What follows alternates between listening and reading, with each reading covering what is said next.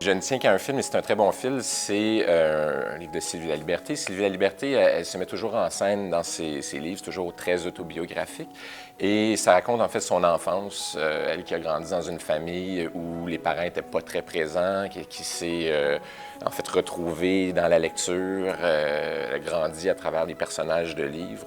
On suit un peu, c'est une espèce de quête identitaire, on la suit, on la voit grandir jusqu'à aujourd'hui alors que son père est atteint de l'Alzheimer.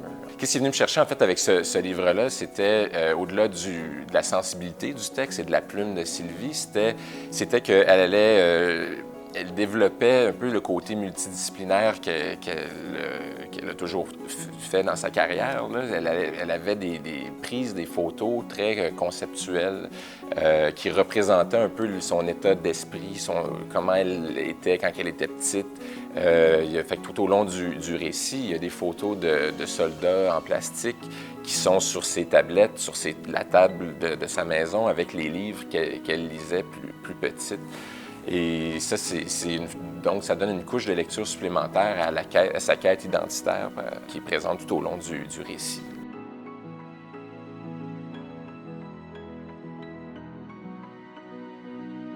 J'ai commencé à travailler avec Sarah Marcotte-Boilard, la graphiste du projet, à donc faire une maquette, créer une maquette qui allait être à l'image de Sylvie, l'artiste, mais aussi à l'image de la Sylvie qui est présente dans le livre, donc faire quelque chose qui est ludique, raffiné. Tout au long du livre, elle parle d'elle en disant des fois c'est difficile d'être une Sylvie Laliberté ou tout ça. Elle utilise toujours son nom qui est collé, qui est comme une signature.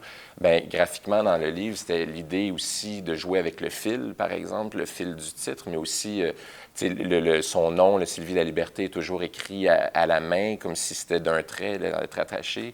Et donc, c'est ça, l'idée, c'était d'entrer, de créer un univers que le lecteur qui connaît Sylvie la reconnaît tout de suite. Et sinon, d'entrer dans l'univers du livre qui marche avec les soldats en plastique, les gâteaux, toutes les petites babioles qu'on retrouve là, à l'intérieur des photos.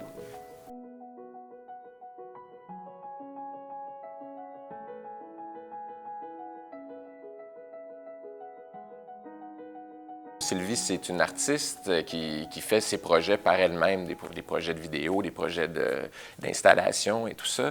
Et quand il vient le temps de faire un livre, elle est toujours très... Bon, il y a certains artistes qui pourraient dire « Non, on fait ça comme ça, on fait ça comme ça va être ça ». Mais elle, au contraire, sur ses livres, est toujours très ouverte à avoir l'implication de chacun, l'input de chaque intervenant.